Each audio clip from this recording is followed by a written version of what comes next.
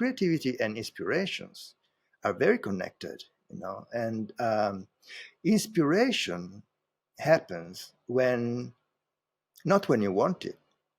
It's not something that you say, okay, now I'm going to be inspired, right? No, Yes. it's something that you prepare the ground for inspiration to happen, and then maybe inspiration happens. And so how do you prepare the ground for inspiration to arrive? You avoid habits, you meet different people, you expose yourself to a lot of inputs, like you go to the theater, you travel, you do other things. Or on the other hand, you you you do the opposite. You try to be extremely calm.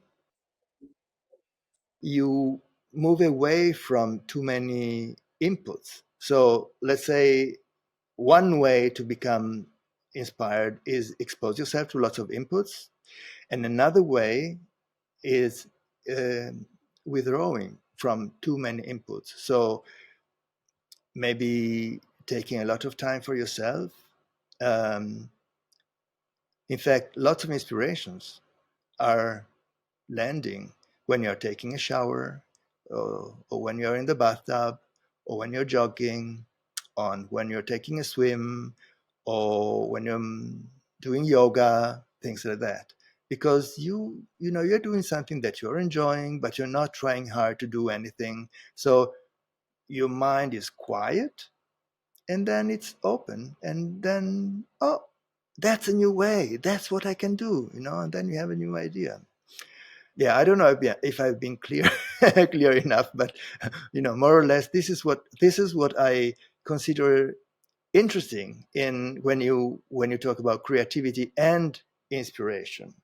And about photography, I say the same. Lots of my students are thinking that you are a good photographer when you can make things happen exactly the way you want to happen.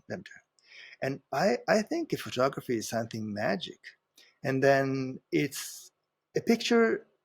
I mean, a photographer is not making a picture. A picture happens. You are there, you prepare the ground for a picture to happen, and then you know that you want a certain light, you want a certain subject, but then maybe while you're shooting that picture, something happens, and maybe wind arrives, or maybe there is a big noise, or maybe someone is sneezing, or whatever, and then that's a nice picture. Someone that wanted to be very professional suddenly is sneezing, and is making, or she's making, a funny face, and that's a beautiful picture. It's not something that you can really decide, okay, now I want a funny picture, I want you to sneeze.